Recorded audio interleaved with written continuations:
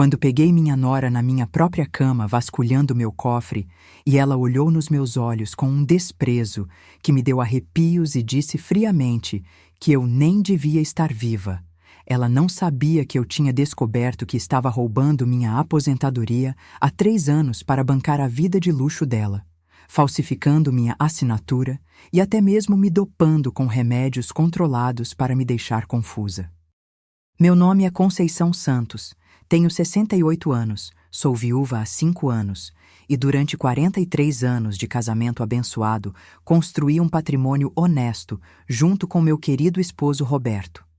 Esta é a história mais dolorosa da minha vida. Como minha própria nora, a mulher que eu recebi como filha do coração, tentou me matar aos poucos para ficar com tudo que conquistei trabalhando sol a sol e como eu mostrei para essa criatura quem realmente mandava nessa família. Vocês que estão assistindo não vão acreditar na maldade, na frieza e na calculista cruel que essa mulher era capaz.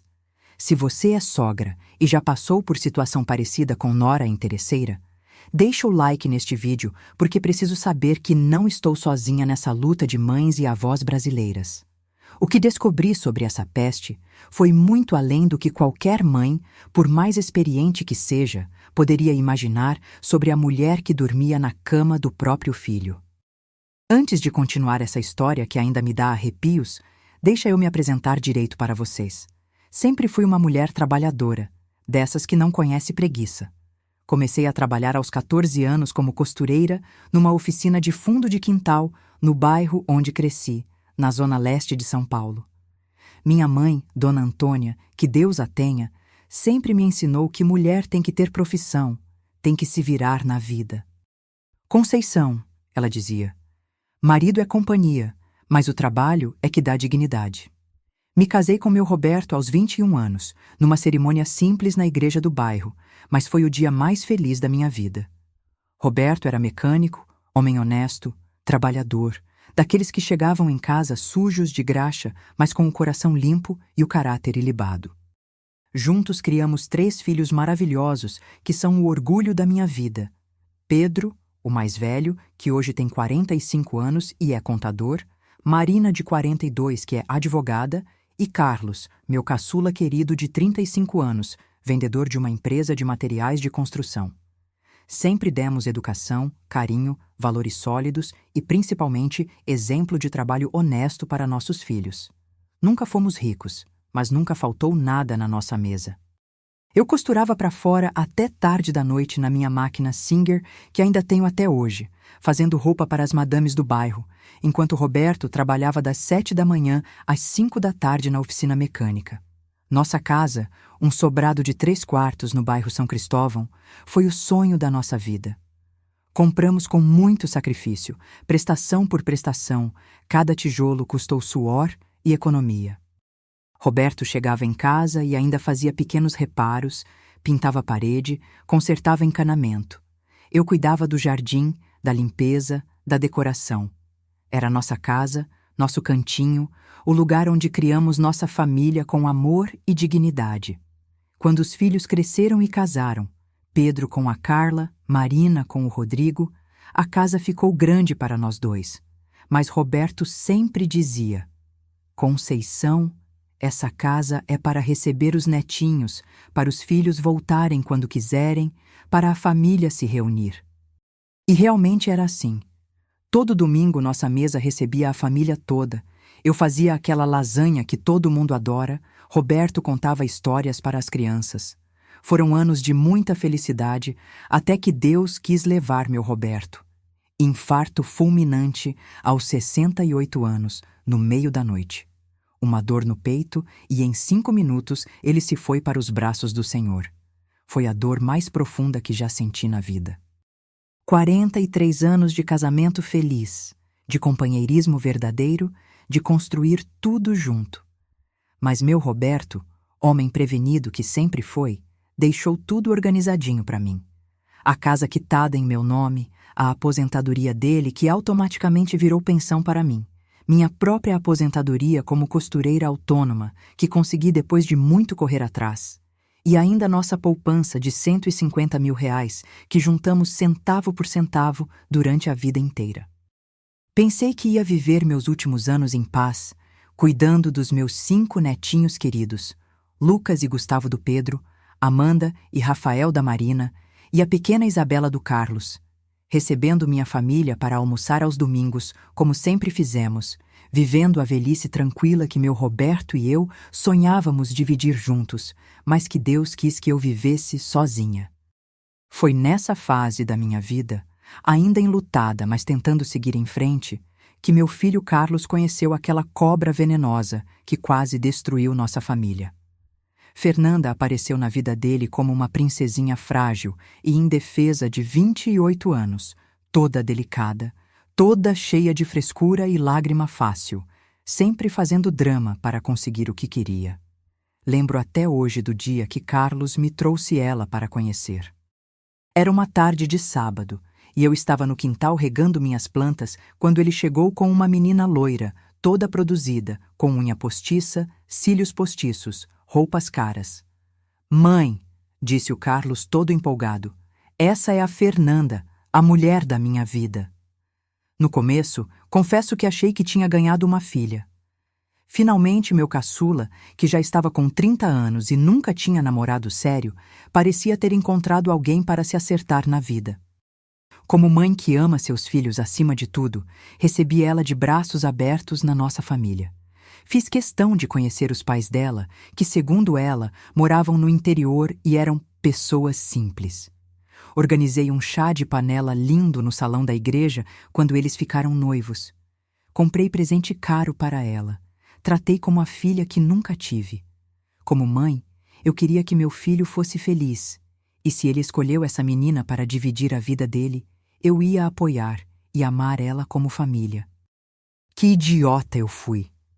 Como mulher experiente de quase 70 anos, que criou 3 filhos e viveu tanta coisa na vida, eu deveria ter percebido os sinais desde o primeiro dia. Mas quando você ama seu filho e quer vê-lo feliz, às vezes a gente fecha os olhos para o óbvio, quer acreditar no melhor das pessoas. Meu instinto de mãe, aquela voz interior que toda mulher madura tem e que raramente erra, até tentou me avisar que tinha algo estranho naquela menina. Mas eu achei que era ciúme de sogra, aquela bobagem que dizem que toda mãe sente quando o filho arranja namorada. Forcei meu coração a aceitar aquela peste, reprimi minha intuição feminina. Logo nas primeiras visitas que ela fez na minha casa, já dava para perceber que Fernanda tinha uma curiosidade estranha com meus pertences. Sempre perguntava sobre os móveis antigos, sobre as joias que eu usava aos domingos, sobre quadros, sobre objetos de valor. Ficava observando cada cômodo da casa como se estivesse fazendo um inventário mental de tudo que eu tinha. "Dona Conceição, que relógio bonito esse", ela dizia mexendo no meu pulso. "É de ouro mesmo? Que conjunto de móveis lindos da sala devem ter custado caro, né? Essa televisão é nova? Deve ter sido cara." Sempre essas perguntas sobre valor, sobre preço, sobre quanto as coisas custavam. Quando Roberto faleceu, e eu ainda estava de luto fechado, ela foi uma das primeiras pessoas a perguntar sobre herança, sobre testamento, sobre como eu ia me virar sozinha agora. "Dona Conceição, o senhor Roberto deixou tudo organizado para a senhora? A senhora vai conseguir se sustentar? Se precisar de ajuda, pode contar comigo e com o Carlos." Na época, achei que era preocupação genuína. Hoje entendo que ela estava fazendo uma pesquisa sobre minha situação financeira, mapeando o que eu tinha de patrimônio, calculando o que poderia roubar de mim. No começo do relacionamento deles, Fernanda vinha sempre aqui em casa acompanhada do Carlos. Nunca vinha sozinha, sempre junto com ele. Sempre elogiava tudo na minha casa, sempre muito prestativa e educada, sempre oferecendo ajuda para cuidar de mim. Dona Conceição não pode ficar carregando peso. Dona Conceição precisa descansar mais nessa idade. Deixa que eu cuido dos remédios da senhora. A senhora não deveria subir escada sozinha. Eu pensava que era cuidado, carinho de nora preocupada com a sogra idosa. Mas agora entendo que ela estava mapeando minha rotina, estudando meus hábitos, observando minha vida para planejar como ia me atacar, como uma predadora estudando a presa antes do bote fatal. O casamento deles foi um evento que eu mesma paguei, como mãe boba que sempre fui. Gastei R$ 22.000 da minha poupança para dar uma festa digna para meu filho. Fernanda escolheu tudo do mais caro: buffet, decoração, vestido de noiva que custou R$ 4.000, buquê de flores importadas, convites sofisticados, sempre chorando que o sonho dela era um casamento de princesa e que a família dela não tinha condições financeiras para ajudar. Dona Conceição, meus pais são aposentados rurais, ganham um salário mínimo cada um. A senhora sabe como é difícil para gente pobre fazer festa bonita. O Carlos merece uma festa à altura do amor que sinto por ele. Carlos me implorava para ajudar, com aqueles olhos de cachorro sem dono que todo filho faz para conseguir o que quer da mãe. E eu, como mãe coruja que sempre fui, acabei bancando tudo. Buffet completo, bolo de 3 andares, decoração com flores naturais, vestido de grife, lua de mel em Gramado. Ela me beijava no rosto e me chamava de segunda mãe. Dizia que eu era a sogra que ela sempre sonhou ter, que Deus tinha colocado ela na vida da nossa família. A senhora é um anjo na minha vida. Nunca vou esquecer do que a senhora está fazendo por mim. A senhora vai ser a avó mais amada dos nossos filhos. Como é que eu, com a experiência de vida que tenho, ia imaginar que estava financiando o casamento da mulher que ia tentar me matar para roubar tudo que construí na vida? Se você é mãe, se você é sogra e já se sentiu usada pela família, deixa o like para eu saber que você está comigo nessa. O que essa criatura fez comigo depois do casamento vai muito além da imaginação de qualquer pessoa decente. O que descobri sobre ela me deu tanto nojo que ainda hoje, 2 anos depois, sinto vontade de vomitar quando lembro. E o que fiz para me vingar dela, meu filho nunca imaginou que sua mãe velha e frágil era capaz de fazer. Quando Isabela completou 2 anos, Fernanda começou a me tratar com uma intensidade diferente. A máscara da nora carinhosa e submissa estava começando a cair. Ela não era mais aquela mulher delicada do começo que pedia licencinha para tudo. Agora ela começou a dar palpite em cada aspecto da minha vida, sempre disfarçado de preocupação, mas com um tom autoritário que me incomodava profundamente. Dona Conceição, a senhora já está muito idosa para morar sozinha nessa casa grande. Ela começou a repetir como um mantra. E se a senhora passar mal à noite e não tiver ninguém para ajudar? E se alguém invadir essa casa e a senhora não conseguir se defender? A senhora não tem medo de ficar aqui sozinha com tantos casos de violência contra idosos? No começo pensei que era preocupação genuína de uma nora que gostava de mim. Mas depois comecei a perceber que ela estava plantando insegurança na minha cabeça sistematicamente, querendo me deixar dependente dela, com medo da minha própria casa, da minha própria vida. Ela começou uma campanha sutil, mas constante, para convencer meu filho de que eu estava perdendo as faculdades mentais e precisava de supervisão. Carlos, sua mãe está esquecendo o nome das pessoas. Carlos, ontem sua mãe não conseguiu lembrar onde tinha colocado a chave. Carlos, sua mãe não está conseguindo cuidar da casa direito. Carlos, você precisa cuidar melhor da sua mãe porque ela não está mais capaz. Meu próprio filho, que me conhecia há 35 anos, começou a me tratar como uma velha senil e incapaz. Sempre perguntando se eu estava tomando os remédios direito, se eu estava comendo adequadamente, se eu não estava confundindo as datas, se eu não estava esquecendo compromissos importantes. Carlos começou a falar comigo como se eu fosse criança, com aquela paciência forçada que usamos com pessoas que estão perdendo a razão. Mãe, você tem certeza que pagou a conta de luz? Mãe, você lembra onde guardou seus documentos? Mãe, você não acha melhor eu cuidar do seu dinheiro para você não se confundir? Era humilhante ouvir essas coisas do meu próprio filho, que eu criei, eduquei, sustentei durante 20 anos da minha vida. O pior é que Fernanda estava sistematicamente me afastando dos meus outros filhos, Marina e Pedro, que sempre foram muito próximos de mim. Quando eles vinham me visitar, Ela sempre arrumava um jeito de criar confusão, drama, mal-estar. Olha só, seus outros filhos apareceram de novo. Ela dizia para Carlos. Só aparecem quando querem alguma coisa da sua mãe. Eles não se preocupam com você como o Carlos se preocupa. Ela sussurrava no meu ouvido. Se dependesse da Marina e do Pedro, você estaria abandonada aqui. Sorte que você tem o Carlos e eu para cuidar de você. Ela estava fazendo uma lavagem cerebral em mim e no meu filho, me isolando da minha própria família. Quando Marina tentava conversar comigo sobre alguma coisa que estava estranho no comportamento do Carlos, Fernanda sempre aparecia na hora interrompendo a conversa. Deixa que eu cuido da Dona Conceição. A senhora não precisa se preocupar com isso. O Carlos e eu temos tudo sob controle. As emergências financeiras ficaram uma rotina mensal na minha vida. Sempre tinha alguma coisa. Dona Conceição, o Carlos está com problemas no trabalho. Você pode nos ajudar com 3.000 para o aluguel? A Isabela está doente. Precisamos de 2.000 para um tratamento particular que o plano não cobre. O carro quebrou bem na hora que não temos dinheiro. Você empresta 5.000 para consertar? E eu, sempre preocupada com meu filho e minha netinha, sempre dava o dinheiro sem questionar muito. Afinal, era família, né? Mãe sempre ajuda filho. Vó sempre ajuda netinha. Pelo menos era isso que eu pensava na minha ingenuidade.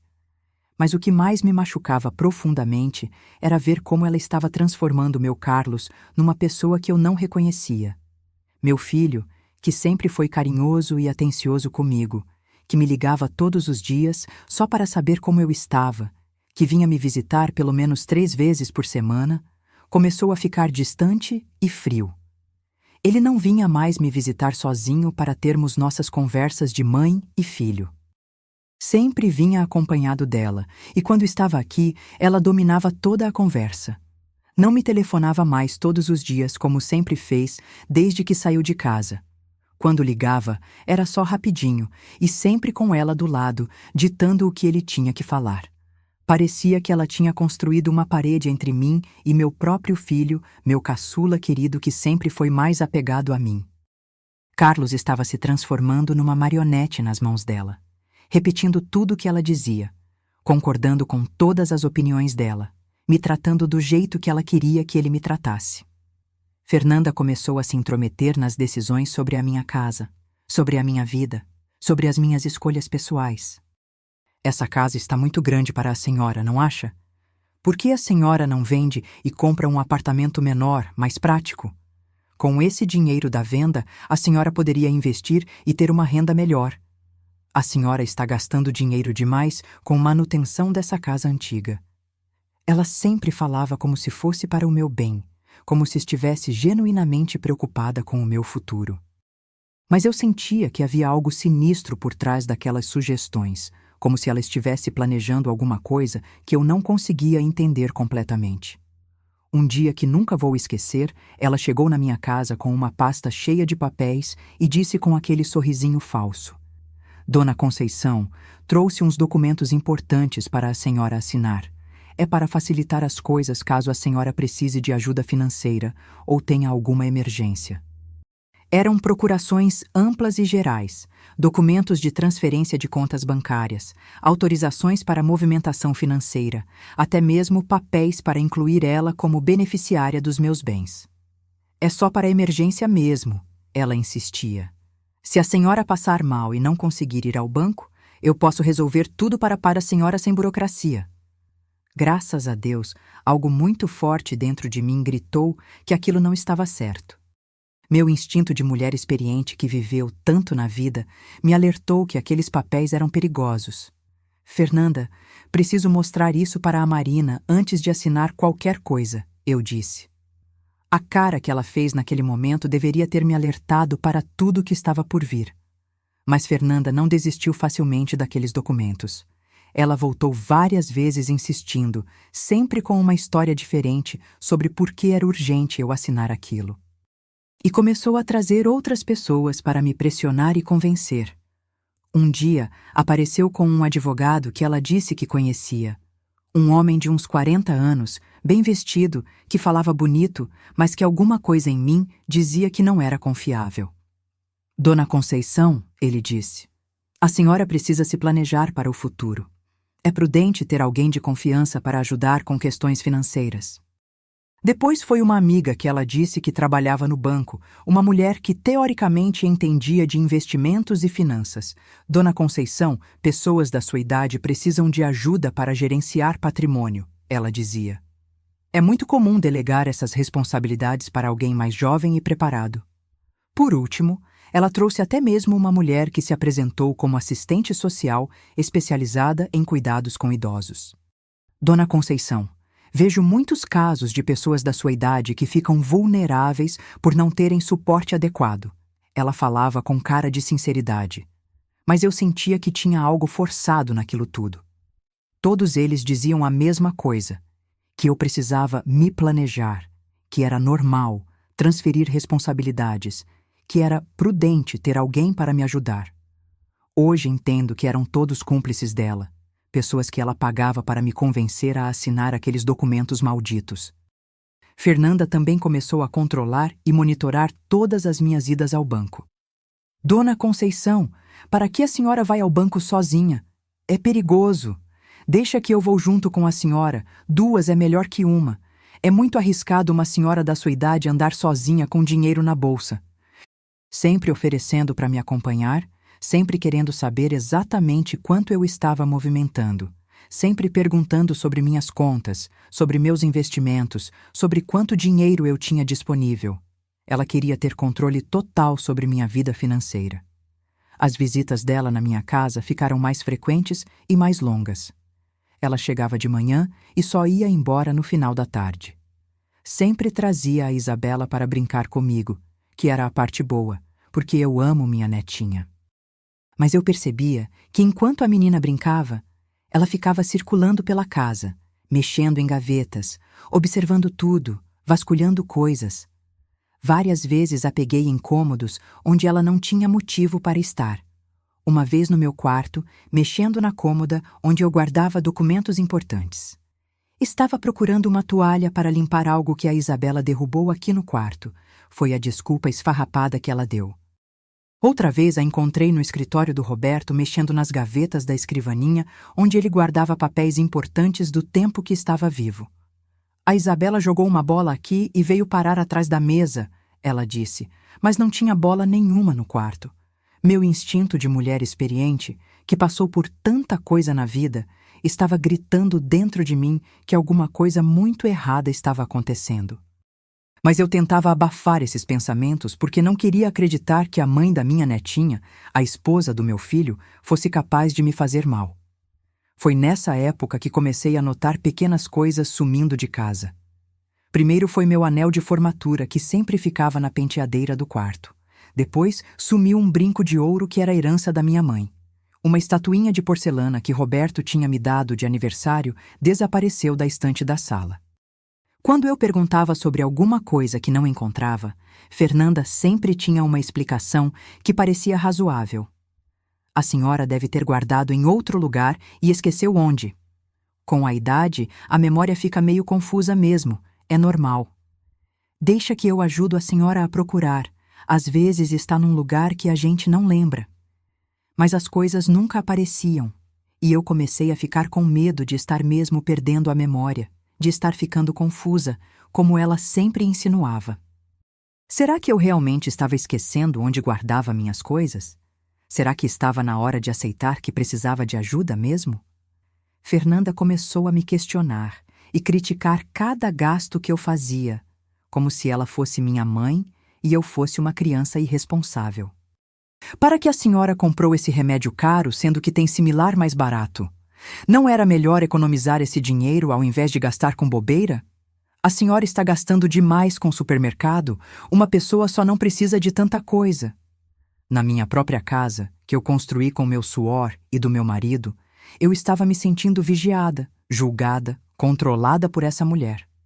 Como se eu fosse uma incapaz que não sabia mais cuidar da própria vida. O momento que mais me magoou foi quando ela começou a falar do meu falecido Roberto de forma desrespeitosa e cruel. Seu Roberto não deixou um planejamento financeiro adequado para a senhora. Ele deveria ter organizado melhor as coisas antes de morrer. Se fosse um homem responsável nos dias de hoje, teria feito diferente. Como ela ousava falar assim do meu marido, que trabalhou 43 anos honestamente para construir nossa vida, que sempre foi um homem íntegro e trabalhador, que me amou e respeitou durante toda a nossa união. A falta de respeito dela com a memória do Roberto me deu uma raiva que eu nunca tinha sentido antes. Se você tem filho casado e já teve problema com nora interesseira e desrespeitosa, comenta aí embaixo. Preciso saber que não sou a única mãe brasileira que passou por essa situação. Foi nesse período que finalmente percebi que eu estava sendo manipulada sistematicamente por uma pessoa muito esperta e calculista. Fernanda não era só uma nora interesseira comum. Ela estava executando um plano muito bem elaborado para me desestabilizar psicologicamente, me afastar dos outros filhos, me deixar dependente dela e ficar com controle total sobre mim e meu patrimônio. Mas o que descobri no quarto dela quando fui arrumar os brinquedos da Isabela me fez tremer de raiva, me deu náusea e me deu a certeza absoluta de que minha vida estava em perigo real e imediato. Foi numa terça-feira de manhã, do dia 24 de setembro, que minha vida mudou para sempre e eu descobri que estava convivendo com uma criminosa perigosa. Carlos tinha viajado para Ribeirão Preto a trabalho e não voltaria antes de quinta-feira. Fernanda tinha aparecido na minha casa às 9 da manhã com a Isabela, dizendo que queria aproveitar para organizar algumas coisas no quarto de hóspedes, onde ela guardava brinquedos e roupas da menina. Dona Conceição, vou aproveitar que o Carlos não está para organizar aquele quarto de bagunça. Ela disse com aquele sorrisinho que eu já estava começando a desconfiar. A senhora não se incomoda se eu mexer nas coisas lá em cima, né? Preciso separar as roupas que a Isabela não usa mais. Eu estava na cozinha preparando o almoço, fazendo aquela canja de galinha que a Isabela adora, quando ouvi um barulho estranho no quintal e a menina começou a chorar muito alto. Era um choro de dor, não de birra, e isso me preocupou imediatamente. Quando corri para ver o que tinha acontecido, encontrei minha netinha caída perto do balanço, com o joelho ralado e sangrando.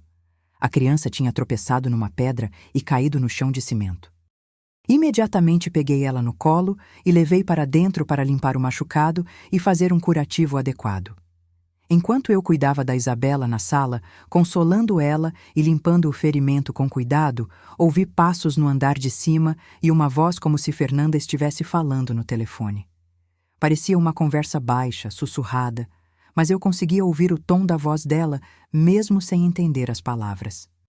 Depois de acalmar a Isabela, dar um docinho para ela parar de chorar e colocar um desenho na televisão para distraí-la, subi as escadas para verificar se Fernanda precisava de alguma ajuda e para contar sobre o acidente da menina. A porta do meu quarto estava entreaberta, não completamente fechada, e o que eu vi quando cheguei no corredor me fez parar completamente na escada. Fernanda estava na frente do meu cofre pequeno que eu mantinha no closet, ajoelhada no chão, com uma pilha de documentos na mão. Meu cofre, que eu sempre mantinha trancado, estava escancarado. Fiquei paralisada por alguns segundos, tentando entender o que eu estava vendo. Entrei no quarto devagar, em silêncio, e ela nem percebeu minha presença. Estava completamente concentrada fotografando meus documentos mais importantes com o celular, um por um, com cuidado para pegar todos os detalhes. Vi ela fotografar minha certidão de nascimento original, meu RG, meu CPF, meus comprovantes de renda das aposentadorias, extratos bancários dos últimos 6 meses, a escritura da minha casa, até mesmo a certidão de óbito do Roberto. Ela estava montando um arquivo fotográfico completo da minha vida pessoal e financeira. Mas o mais chocante foi quando ela pegou uma caderneta onde eu anotava senhas e códigos importantes. Ela fotografou página por página, incluindo minhas senhas bancárias que eu tinha anotado ali como lembrete. Estava literalmente roubando o acesso à minha vida financeira. Quando ela finalmente me percebeu parada na porta do quarto, o celular quase escorregou da mão dela. O rosto ficou vermelho de susto, os olhos se arregalaram, a respiração ficou ofegante. Mas ao invés de se desculpar, se explicar ou demonstrar qualquer constrangimento pelo que estava fazendo, ela me olhou nos olhos com uma frieza assassina que me deu arrepios na espinha e disse com o maior desprezo: "A senhora nem devia estar viva mesmo. Na sua idade, qualquer coisinha pode acontecer." Aquelas palavras saíram da boca dela, carregadas de tanto ódio, tanto veneno, tanto desprezo, que eu senti meu coração acelerar e minhas pernas ficarem bambas. Era como se uma máscara pesada tivesse caído e eu estivesse vendo pela primeira vez a verdadeira face diabólica da pessoa que eu considerava minha nora querida. A frieza nos olhos dela naquele momento não era humana. Era o olhar de alguém que não tem escrúpulos, que não sente remorso, que seria capaz de qualquer coisa para conseguir o que quer. Era o olhar de uma predadora que tinha sido descoberta atacando sua presa. Naquele instante, tomei uma decisão que pode ter salvado minha vida.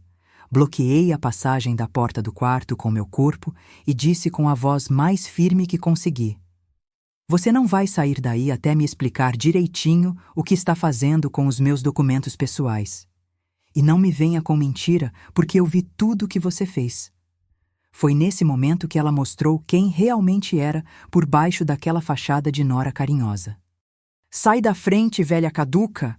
ela gritou, se levantando do chão bruscamente. "Quem você pensa que é para me dar ordem? Essa casa já deveria ser do Carlos mesmo. Você já viveu demais." As palavras dela foram como tapas na minha cara. A violência, o desrespeito, a crueldade com que ela falou comigo revelaram uma personalidade que eu jamais imaginaria que existisse. Não era mais a Fernanda que eu conhecia. Era uma estranha perigosa dentro da minha casa. Imediatamente peguei meu celular que estava no bolso e liguei para meu filho. "Carlos", disse, tentando manter a voz calma para não alarmar ele, "precisa voltar para casa agora. Sua esposa tem algumas coisas muito importantes para explicar para nós dois." Ele disse que estava em uma reunião crucial, que não podia sair antes do final da tarde, que estava fechando um contrato importante. "Carlos", falei com toda a firmeza que uma mãe de 68 anos consegue ter, "volta para casa agora ou você vai perder sua mãe para sempre. E quando você voltar, vai descobrir quem você realmente casou." O tom da minha voz deve ter alertado ele, porque Carlos disse que ia cancelar tudo e voltar para São Paulo imediatamente. Que chegaria em casa em 4 horas no máximo, dirigindo sem parar. Fernanda tentou sair do quarto, mas eu continuei bloqueando a passagem. "Não, minha filha. Vamos esperar seu marido chegar aqui. Você vai explicar tudo para ele, na frente dele, olhando nos olhos dele." Ela tentou me empurrar, mas eu me segurei no batente da porta. Ela começou a chorar, fazer drama, dizer que eu estava confundindo as coisas, que estava tendo um surto. "Dona Conceição, pelo amor de Deus, a senhora não está entendendo. Eu só estava organizando os documentos da senhora para ajudar. A senhora está se confundindo, isso é coisa da idade." Mas eu não era mais a sogra ingênua de antes que acreditava em qualquer desculpa. Organizando? Fotografando minha certidão de óbito? Que tipo de organização é essa, Fernanda? Ela ficou sem resposta, apenas me encarando com aquele ódio nos olhos. Enquanto esperávamos Carlos chegar, aproveitei para vasculhar a bolsa grande que ela sempre carregava e que estava em cima da minha cama. O que encontrei ali me fez entender que eu estava lidando com uma criminosa profissional muito experiente. Dentro da bolsa havia cópias de documentos meus que eu nem sabia que existiam. Extratos bancários detalhados que eu nunca tinha solicitado, comprovantes de movimentações financeiras que eu não tinha feito, papéis com minha assinatura que eu não me lembrava de ter assinado. Mas o que mais me chocou foi encontrar um envelope pardo cheio de receitas médicas falsas, todas em meu nome. Receitas de remédios controlados para ansiedade, depressão, distúrbios do sono, até mesmo medicamentos psiquiátricos pesados. E um papel com cabeçalho de uma clínica psiquiátrica particular dizendo que eu estava em tratamento para demência senil avançada. Entendi na hora o plano diabólico e criminoso dessa criatura. Ela estava construindo um histórico médico falso para me declarar mentalmente incapaz. Com essas receitas e laudos forjados, ela poderia conseguir minha interdição judicial e ficar com controle legal total sobre todos os meus bens. Fernanda, disse, olhando diretamente nos olhos dela, há quanto tempo você está falsificando receitas médicas no meu nome? Ela não respondeu, apenas continuou me encarando com desprezo. Você me subestimou muito, minha filha. Achou que por eu ser idosa seria fácil de me enganar e roubar? Continuei vasculhando a bolsa e encontrei ainda mais evidências aterrorizantes. Havia recibos de pagamentos para pessoas que eu não conhecia, com nomes que nunca ouvi na vida. Comprovantes de transferências bancárias feitas das minhas contas para contas que eu nunca autorizei. Comprovantes de empréstimos feitos em meu nome em agências bancárias que eu nunca pisei na vida. O mais assustador e que me deu mais medo foi encontrar um frasco pequeno de vidro escuro com comprimidos brancos sem rótulo identificador e uma seringa descartável ainda lacrada. Quando questionei sobre aquilo com mais firmeza, ela disse que eram vitaminas para dar para a Isabela quando ela ficava agitada, mas eu sabia que não era verdade. Alguma coisa muito forte dentro de mim, aquela intuição de mãe que nunca falha, me disse que aqueles medicamentos eram para me deixar confusa, sonolenta, incapaz de reagir ao que ela estava fazendo comigo. Ela estava me drogando para me tornar vulnerável. Naquele momento, como um filme passando na minha cabeça, lembrei de vários dias recentes em que eu havia me sentido estranhamente cansada e confusa depois que ela preparava um chá ou café para mim. Dias em que acordava com a cabeça pesada, sem motivo aparente. Dias em que não conseguia me lembrar claramente de conversas que tinha tido com ela na véspera. Ela estava me envenenando gradualmente, sistematicamente, para me deixar em um estado de confusão mental que justificasse a interdição que ela planejava. Era uma tentativa de homicídio em câmera lenta, disfarçada de cuidado. Encontrei também uma agenda pequena com anotações em código que pareciam datas e valores. Quando consegui decifrar algumas anotações, percebi que eram registros dos dias que ela me drogava e quanto dinheiro conseguia roubar de mim nesses dias. Dentro do envelope, havia ainda fotografias de objetos valiosos da minha casa que eu nem sabia que ela tinha fotografado. Meus quadros, minhas joias, meus móveis antigos, tudo catalogado como se fosse um inventário para venda. Quando Carlos finalmente chegou em casa, depois de 4 horas de tensão insuportável, eu estava com todas as evidências da criminalidade dela organizadas metodicamente em cima da cama. Fernanda tinha tentado várias vezes me convencer que eu estava tendo um surto senil, que era coisa da minha idade, que eu estava confundindo e inventando coisas. Carlos! Gritei assim que ouvi a chave na porta. Sobe aqui no meu quarto agora! Meu filho subiu as escadas correndo, preocupado com o tom de urgência da minha voz. Entra, Carlos. Olha com seus próprios olhos quem você casou. Quando ele entrou no quarto e viu a cena, eu com a bolsa da esposa dele completamente aberta e vasculhada, documentos e evidências espalhados por toda a cama, ela choramingando no canto do quarto, perguntou assustado o que estava acontecendo. Meu filho, eu disse com a voz tremendo de emoção. Sua esposa está há mais de 3 anos falsificando minha assinatura, me drogando com remédios controlados, roubando dinheiro das minhas contas, falsificando receitas médicas no meu nome e construindo um histórico falso para me internar e ficar com todos os nossos bens. Mostrei para ele documento por documento, comprovante por comprovante, evidência por evidência. As receitas falsas, os extratos com movimentações não autorizadas, os remédios sem procedência, as fotografias dos meus pertences, tudo. Deixa o like se você ficou com ódio dessa nora criminosa e psicopata como eu fiquei. Carlos ficou branco como um pano de prato.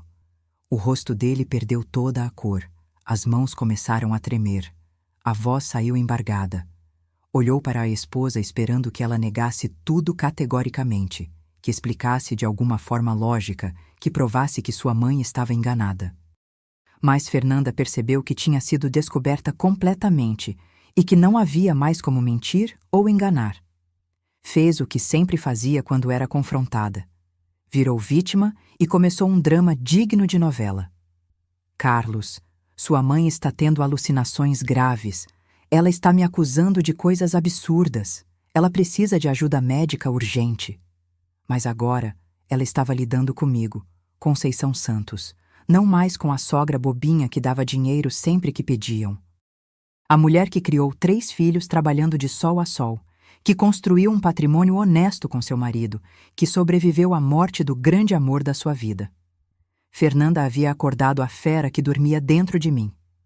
Carlos, disse para meu filho olhando diretamente nos olhos dele. Sua esposa é uma criminosa perigosa. E agora você vai descobrir exatamente até onde vai a maldade e a capacidade de destruição dessa mulher. Depois que Carlos viu todas as evidências espalhadas na cama do meu quarto, ele ficou completamente em estado de choque. Meu filho não conseguia processar mentalmente que tinha vivido 5 anos casado com uma criminosa profissional que estava sistematicamente destruindo nossa família. O rosto dele estava pálido, as mãos tremiam, ele olhava alternadamente para as evidências e para a esposa como se não conseguisse conectar aquela mulher com os crimes que estavam sendo revelados. Fernanda tentou fazer seu drama habitual, chorar copiosamente, dizer que era tudo mal entendido, que eu estava confusa, que as evidências tinham explicação lógica. Mas desta vez, as provas eram irrefutáveis e ela sabia disso. Mesmo assim, tentou manipular meu filho. Carlos, você me conhece. Você sabe que eu jamais faria mal para sua mãe. Ela está inventando essas coisas. Naquele momento crucial, tomei uma decisão que mudou completamente o rumo dessa história e que pode ter salvado não apenas minha vida, mas a vida de outras pessoas que poderiam ser vítimas dela no futuro. Ao invés de confrontar ela imediatamente, expor tudo na família e acabar com tudo de uma vez, resolvi fingir que acreditava nas desculpas esfarrapadas que ela estava dando. Fernanda, disse com uma voz cansada e aparentemente derrotada. Vamos conversar sobre isso depois com mais calma. Por hoje, vamos deixar esse mal-entendido para lá. Por dentro eu estava fervendo de ódio e indignação, mas minha experiência de mulher madura, que viveu tanto na vida, me disse que era melhor ser estratégica e investigar até onde ia a podridão dessa criatura antes de agir definitivamente. Se ela era uma criminosa profissional, como as evidências indicavam, eu precisava descobrir exatamente tudo o que ela havia feito contra mim e possivelmente contra outras pessoas. Se eu agisse por impulso naquele momento, ela poderia destruir evidências, fugir ou continuar livre para atacar outras famílias inocentes. Fingi que as explicações dela sobre estar apenas organizando meus documentos e guardar vitaminas para Isabela tinham me convencido temporariamente. Deixei ela ir embora naquele dia, mas ativei um plano de investigação que ela nem sonhava que eu era capaz de executar. No dia seguinte, primeira coisa que fiz foi ligar para minha filha Marina, que é formada em Direito e sempre foi muito esperta para essas questões. Contei para ela tudo o que havia descoberto, mostrei fotografias das evidências que tinha conseguido tirar discretamente com meu celular. Marina ficou absolutamente horrorizada com o que ouviu. Mãe, ela disse com a voz tremendo de indignação, isso que você descobriu são crimes gravíssimos. Estelionato, falsificação de documentos, apropriação indébita, pode até ser tentativa de homicídio se ela realmente estava drogando você. Precisamos agir rapidamente, mas com muito cuidado e profissionalismo. Marina me aconselhou a procurar ajuda especializada imediatamente e me apresentou uma advogada que ela conhecia, doutora Helena Ribeiro, especialista em crimes contra idosos e violência patrimonial. No mesmo dia, marquei uma consulta urgente. Quando mostrei todas as evidências para a doutora Helena, ela ficou impressionada com a gravidade e a sofisticação do esquema criminoso. Dona Conceição, disse a advogada, sua nora está executando um plano sistemático e muito bem elaborado para tomar todo o seu patrimônio. Infelizmente, isso é mais comum do que as pessoas imaginam, mas raramente vemos evidências tão claras e organizadas. Doutora Helena me orientou detalhadamente sobre como proceder. É fundamental que a senhora não confronte ela novamente até que possamos reunir mais provas e montar um caso juridicamente sólido. Se ela perceber que descobrimos todo o esquema, pode desaparecer com tudo que já roubou ou até mesmo tomar uma atitude mais drástica contra a senhora. A primeira providência que tomamos foi trocar imediatamente todas as minhas senhas bancárias, instalar um sistema de monitoramento eletrônico em todas as minhas contas e solicitar ao banco um histórico completo de movimentações dos últimos 3 anos. Foi quando descobrimos a extensão real do roubo. O relatório bancário revelou que Fernanda tinha feito movimentações não autorizadas de exatos R$ 42.300 da minha poupança ao longo de 2 anos e meio. Sempre pequenos valores de R$ 500 a R$ 1.500 retirados mensalmente, sempre abaixo dos limites que despertam suspeitas automáticas nos sistemas dos bancos. Era um esquema muito inteligente e calculado. Ela sabia exatamente quanto podia roubar sem despertar atenção, tinha estudado os protocolos de segurança, conhecia os limites de controle. Era uma criminosa muito experiente. Por sugestão da doutora Helena, contratamos um investigador particular, Dr. Roberto Nascimento, especializado em crimes financeiros e estelionato. Pagamos R$ 5.000 para uma investigação completa sobre o passado de Fernanda. O que ele descobriu em 2 semanas de investigação me deu náuseas. Fernanda tinha ficha criminal extensa em várias cidades do estado de São Paulo. Ela já tinha aplicado exatamente o mesmo tipo de golpe em pelo menos 4 idosos em Santos, 2 em Campinas e 1 em Ribeirão Preto. Sempre o mesmo padrão. Se aproximava através de namoro ou casamento com filhos das vítimas, ganhava confiança, isolava a pessoa da família, falsificava documentos e roubava gradualmente. O investigador descobriu que o apartamento onde ela morava com Carlos estava registrado no nome de uma das vítimas anteriores, Dona Mercedes Santos, uma viúva de 74 anos de Santos que havia sido completamente ludibriada por Fernanda. A mulher tinha perdido casa, carro e todas as economias antes da família conseguir intervir. Mais chocante ainda, descobrimos que a família verdadeira de Fernanda não era a que ela tinha apresentado para nós durante o namoro e casamento. Os supostos pais aposentados rurais eram atores contratados por ela para representar uma família humilde e honesta. Tudo tinha sido teatralmente planejado.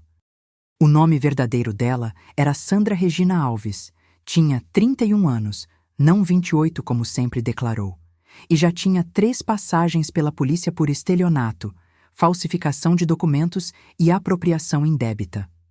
Ela era uma criminosa profissional que havia transformado roubar idosos vulneráveis em seu meio de vida. Seguindo a orientação da advogada e do investigador, instalei discretamente câmeras de segurança escondidas na minha casa, sem ela saber. Posicionamos equipamentos nos pontos estratégicos: sala, cozinha, meu quarto, corredor. Em 2 semanas de gravação, conseguimos flagrar comportamentos que me fizeram sentir ainda mais nojo e medo dessa criatura. Gravamos ela mexendo no meu cofre às 2 da madrugada, quando pensava que eu estava dormindo profundamente. Gravamos ela misturando alguma substância na minha comida quando preparava refeições para mim. Gravamos ela fotografando objetos de valor da minha casa sistematicamente. Mas o mais revoltante e aterrorizante foi quando conseguimos gravar uma conversa telefônica que ela teve, pensando que eu não estava em casa. Já está quase tudo pronto, dizia ela para alguém do outro lado da linha. A velha está cada vez mais confusa e dependente, logo vai ser fácil conseguir a interdição judicial. O Carlos nem suspeita de nada. Ele acredita em tudo que eu falo sobre a mãe dele estar ficando senil. O apartamento já está no meu nome, ela continuou. Consegui a procuração dele também. Quando conseguir a interdição da velha, vou ter acesso a tudo. Casa, poupança, aposentadorias, tudo. É o maior peixe que já peguei. Ouvir aquelas palavras sendo ditas com tanto desprezo sobre mim, sobre meu filho, sobre nossa família, me deu uma revolta que jamais senti na vida. Ela estava falando de nós como se fôssemos objetos, mercadorias, não pessoas com sentimentos e dignidade. Descobrimos também que ela estava drogando não apenas a mim, mas também meu filho Carlos. O investigador encontrou evidências de que ela estava misturando ansiolíticos na comida dele para mantê-lo em um estado de passividade e aceitação de tudo que ela dizia. Meu filho estava sendo manipulado quimicamente para se tornar uma marionete nas mãos dela. Carlos estava sempre cansado, desanimado, aceitava tudo o que ela dizia sem questionar, não tinha mais energia para trabalhar adequadamente ou se relacionar com a família. Achávamos que era estresse do casamento, mas ela estava literalmente drogando meu filho para ter controle total sobre ele. Durante esse período de investigação secreta, tive que fazer a atuação mais difícil da minha vida. Continuar fingindo ser a sogra bobinha e confusa de sempre. Recebia ela com um sorriso forçado, dava dinheiro quando ela pedia, fingia não perceber quando pequenas coisas sumiam de casa. A cada dia que passava, era mais difícil controlar meu ódio e indignação. Marina e Pedro me apoiaram completamente durante esse período. Eles já desconfiavam há muito tempo que alguma coisa estava profundamente errada, porque tinham notado como Carlos estava mudado e como Fernanda sempre criava confusão quando eles vinham me visitar. "Mãe", disse Marina, "eu sempre soube que tinha algo muito estranho nessa mulher. Mas Carlos estava completamente cego." "Ela separou nossa família", disse Pedro com lágrimas nos olhos. "Conseguiu afastar o Carlos de nós, fazer ele acreditar que a gente não se importava com você. Agora entendo por que ele ficou tão distante." Montamos uma estratégia completa e detalhada. Primeiro, íamos reunir todas as provas possíveis, incluindo evidências em vídeo, áudio e documental. Segundo, íamos confrontar Carlos com evidências absolutamente irrefutáveis. Terceiro, íamos entregar tudo para a polícia e processar Fernanda criminalmente. Descobrimos que ela tinha uma rede de cúmplices bem estruturada. Um falsificador profissional de documentos que trabalhava numa gráfica clandestina e que fazia as receitas médicas falsas. Um despachante corrupto que ajudava com papelada bancária ilegal. Até mesmo um médico sem escrúpulos que estava disposto a atestar minha incapacidade mental mediante pagamento de R$10.000. Durante 3 semanas e meia, mantive essa farsa psicologicamente exaustiva, fingindo ser a velha confusa que ela queria que eu fosse, enquanto reuníamos metodicamente cada evidência que seria necessária para destruí-la completamente. Foi o período mais difícil e estressante da minha vida, porque eu tinha que assistir essa criatura manipulando meu filho, envenenando minha comida, roubando minha casa, planejando minha destruição. Mas eu sabia que se fizéssemos tudo certo, de acordo com os procedimentos legais corretos, não apenas eu ficaria livre dela, mas outras pessoas inocentes também ficariam protegidas de cair no mesmo golpe devastador que ela aplicava. Durante a investigação, descobrimos que havia outras vítimas que ainda não tinham conseguido se livrar dela. Uma senhora de 78 anos em Campinas que estava sendo roubada sistematicamente havia 2 anos. Um senhor de 82 anos em Santos que já havia perdido mais de R$150.000. Pessoas que precisavam da nossa ajuda para se libertarem dessa criminosa. Se você quer ver essa nora criminosa e psicopata se dando mal de vez, compartilha esse vídeo para o máximo de pessoas possível. A tensão estava ficando completamente insuportável para mim. Percebi que Fernanda estava desconfiada, porque comecei involuntariamente a fazer perguntas mais diretas sobre algumas movimentações bancárias estranhas que havia percebido.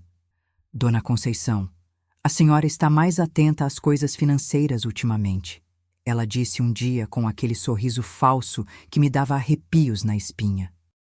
Tive medo de que ela percebesse que eu havia descoberto todo o esquema e tomasse alguma atitude mais drástica contra mim. Doutora Helena me alertou que criminosos como ela, quando se sentem encurralados, podem se tornar violentos e imprevisíveis. Foi quando decidimos que era hora de partir para o ataque final e definitivo. Tínhamos evidências suficientes, tínhamos o apoio jurídico necessário, tínhamos acompanhamento policial. Era a hora do acerto de contas com essa peste que quase destruiu completamente nossa família e que já havia destruído tantas outras.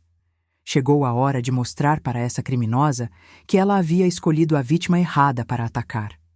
O que fiz com ela depois disso vai marcar essa família para sempre e pode ter salvado a vida de outras pessoas inocentes.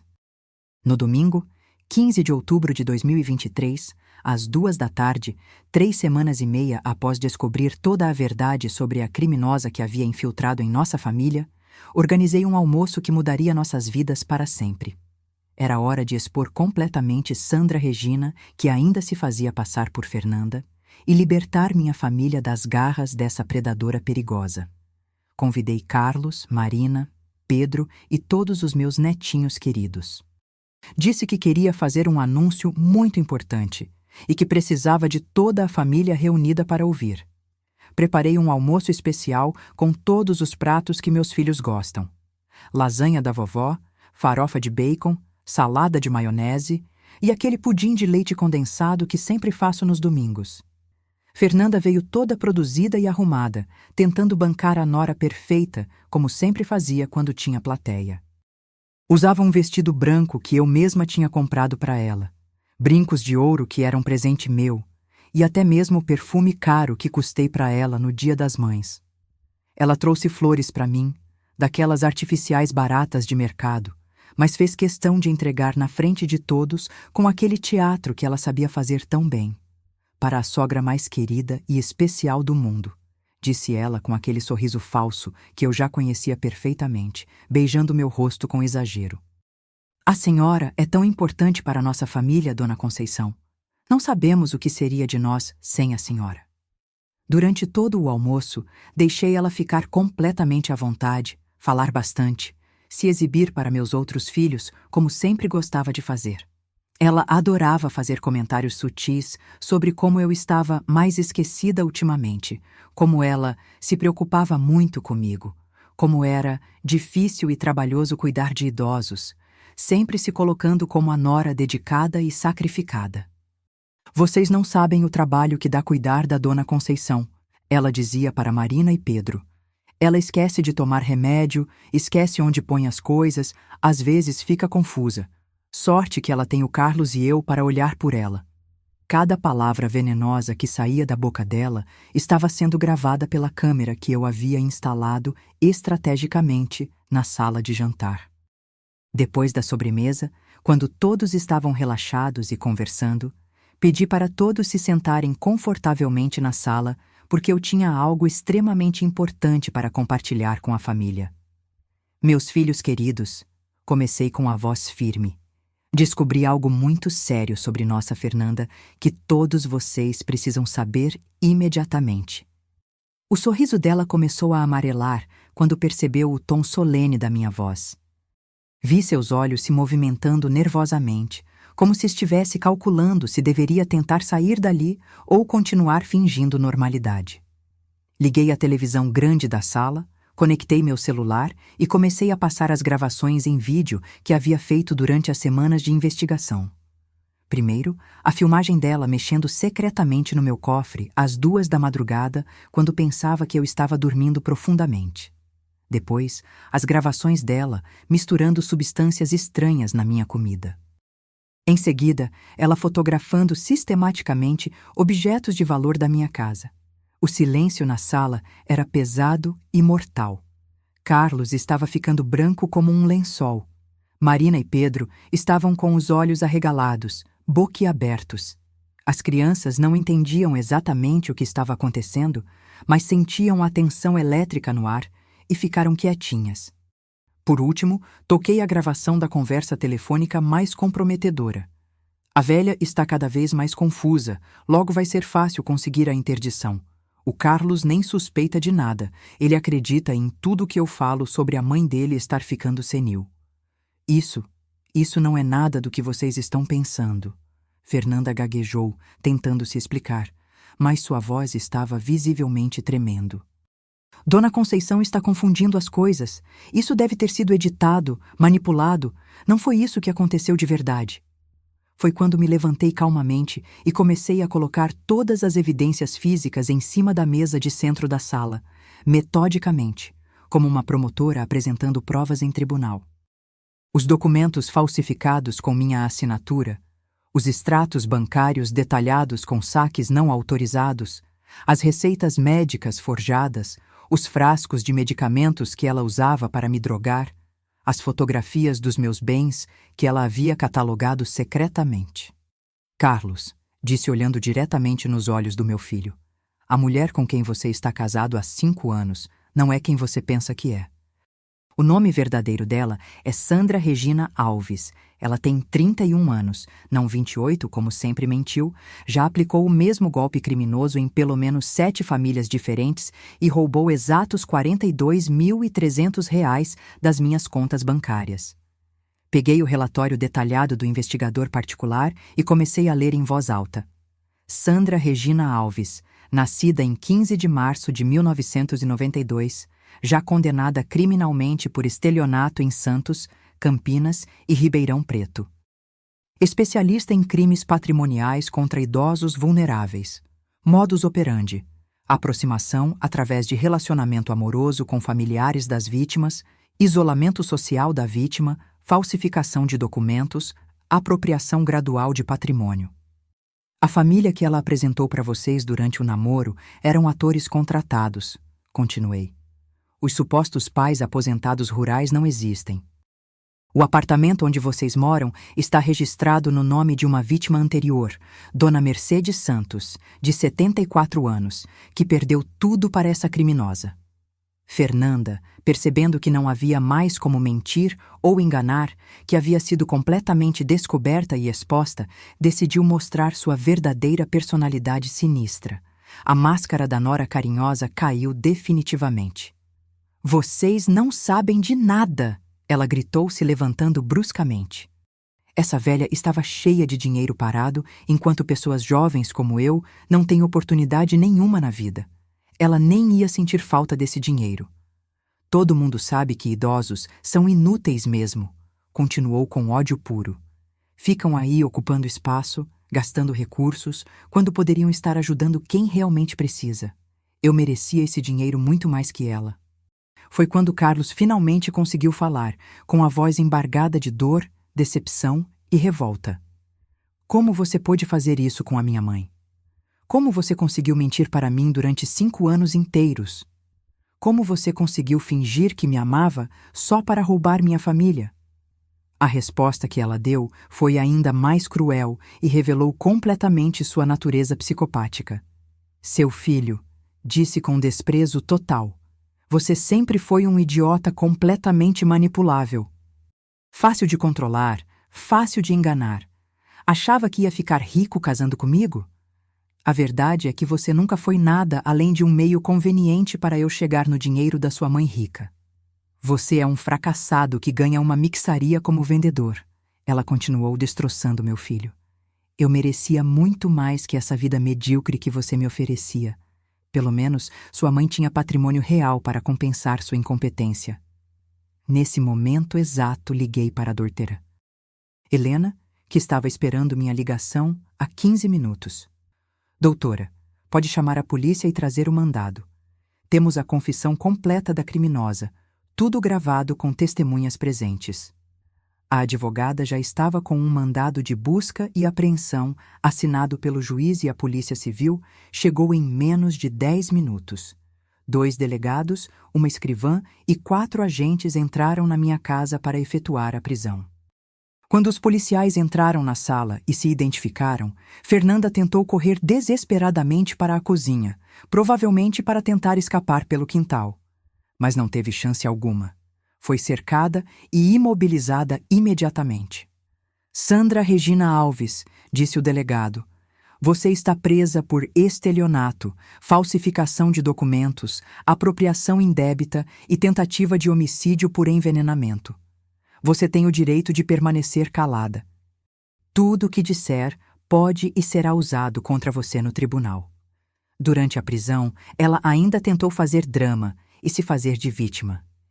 Isso é um equívoco. Eu sou uma pessoa honesta. Essa família está me incriminando injustamente. Mas ninguém mais acreditava numa única palavra que saía da boca dela. Na revista detalhada que fizeram na casa onde ela morava com Carlos, os policiais encontraram evidências ainda mais comprometedoras: documentos pessoais de outras vítimas, objetos roubados da minha casa que eu nem sabia que estavam desaparecidos, equipamentos profissionais para falsificar assinaturas, um arsenal completo de medicamentos controlados para dopar pessoas. Encontraram também mais de R$ 50 mil em dinheiro escondidos numa mala no armário, que eram os valores roubados de várias vítimas diferentes. Tinha joias, relógios, objetos de ouro que ela havia furtado ao longo dos anos de crimes. Carlos pediu o divórcio imediatamente no dia seguinte. "Mãe", disse ele chorando como uma criança, "me perdoa por ter sido tão cego e estúpido.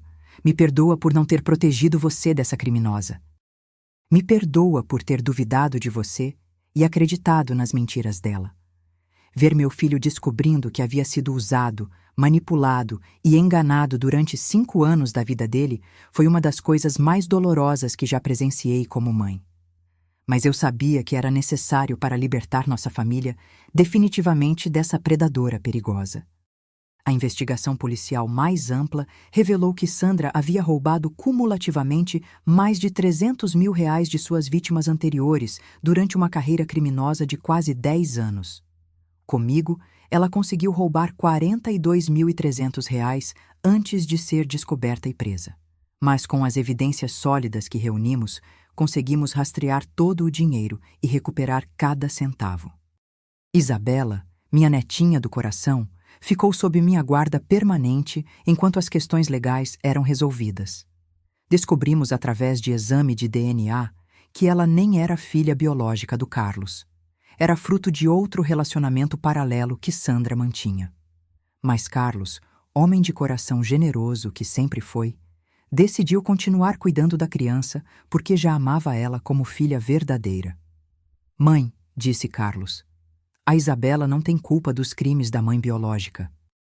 Ela merece amor, cuidado e uma família estruturada. Vou criar ela como minha filha para sempre." Durante o processo judicial, que durou 8 meses, Sandra tentou todas as estratégias possíveis. Fingiu arrependimento, inventou doenças mentais, alegou ter sido vítima de abuso na infância, até mesmo tentou subornar testemunhas. Mas as evidências eram absolutamente irrefutáveis. O juiz, Dr. Fernando Carvalho, foi implacável na sentença. A ré é uma criminosa profissional que se especializou em atacar pessoas idosas vulneráveis, destruindo famílias inteiras e causando traumas psicológicos irreparáveis. Esse tipo de crime não pode ser tolerado pela sociedade civilizada. Sandra foi condenada a 12 anos de prisão em regime fechado, sem direito à progressão para regime semiaberto antes de cumprir 2/3 da pena. Foi obrigada a devolver integralmente todos os valores roubados, mais multa de R$ 100 mil, mais indenização por danos morais. Hoje, 2 anos e meio depois, minha vida está completamente transformada e nossa família está mais forte e unida do que nunca. Carlos voltou a morar comigo com a Isabela, que agora tem 5 anos e me chama carinhosamente de Vovó Conceição. Ele faz terapia psicológica 2 vezes por semana para se recuperar da manipulação severa que sofreu e está gradualmente voltando a ser o filho carinhoso, alegre e confiante que sempre foi. A menina se desenvolveu maravilhosamente longe da influência tóxica da mãe biológica. É uma criança inteligente, carinhosa e feliz, que não tem qualquer lembrança traumática do período em que conviveu com Sandra. Para ela, eu sou a avó verdadeira e Carlos é o pai verdadeiro. Marina e Pedro voltaram a frequentar minha casa regularmente aos finais de semana. Nossa família está mais próxima, mais cuidadosa uns com os outros e principalmente mais consciente sobre os perigos que pessoas mal intencionadas podem representar. Instalei um sistema de segurança eletrônico completo na minha casa. Câmeras, alarmes, sensores de movimento, interfone com vídeo. Mudei todos os meus documentos, todas as contas bancárias, todas as senhas. Hoje tenho controle absoluto sobre minha vida financeira e patrimonial. Aprendi lições valiosas que compartilho com outras mulheres da minha idade. Sogra tem que ser esperta e atenta. Experiência de vida é nossa arma mais poderosa. E nunca é tarde para uma mãe mostrar determinação quando a família está sendo atacada. Durmo tranquila todas as noites, sabendo que protegi meu filho, minha netinha, e que consegui impedir que essa criminosa perigosa fizesse mais vítimas inocentes. Sei que Roberto, onde quer que esteja, está orgulhoso de ver que defendi nossa família com a coragem e inteligência que ele sempre me ensinou a ter. Para todas as sogras, mães e avós que podem estar passando por situações similares neste exato momento, confiem completamente no instinto de vocês. Se alguma coisa não parece certa, provavelmente não está certa mesmo. Não tenham medo de investigar, de fazer perguntas difíceis, de confrontar pessoas que estão prejudicando a família. Documentem tudo o que acharem suspeito. Conversas, movimentações bancárias, comportamentos estranhos. Procurem ajuda jurídica especializada. Não enfrentem criminosos sozinhas. Busquem apoio profissional e familiar. Se minha história pode ajudar outras sogras e famílias a se protegerem de noras criminosas, golpistas e pessoas mal intencionadas, compartilha esse vídeo com o maior número possível de pessoas. Conta nos comentários se você já passou por algo parecido ou se conhece alguém que precisa urgentemente ouvir essa história. Inscreva-se no canal para mais relatos de sogras corajosas que não se deixaram passar para trás e que lutaram para proteger suas famílias. Porque às vezes a gente precisa mostrar que por trás de uma senhora idosa existe uma guerreira experiente que não aceita desaforo nem exploração. A justiça foi feita completamente. Minha família está protegida e segura. Essa criminosa está pagando pelos crimes que cometeu e não vai poder prejudicar mais ninguém pelos próximos 12 anos. Essa é a prova definitiva de que não importa a idade que temos, sempre podemos lutar pelos nossos direitos, proteger quem amamos e fazer a justiça prevalecer. Idade é experiência, e experiência é poder. Hoje sou uma sogra mais sábia, mais forte, mais preparada e principalmente mais cuidadosa com quem permito entrar na minha família. Porque casa de sogra tem regras de sogra. E ninguém, nunca mais, vai conseguir passar por cima de mim ou da minha família. Sandra Regina está presa. Minha família está livre. A justiça triunfou. E eu continuo aqui, aos 68 anos, mais viva e mais poderosa do que essa criminosa jamais imaginou que eu pudesse ser.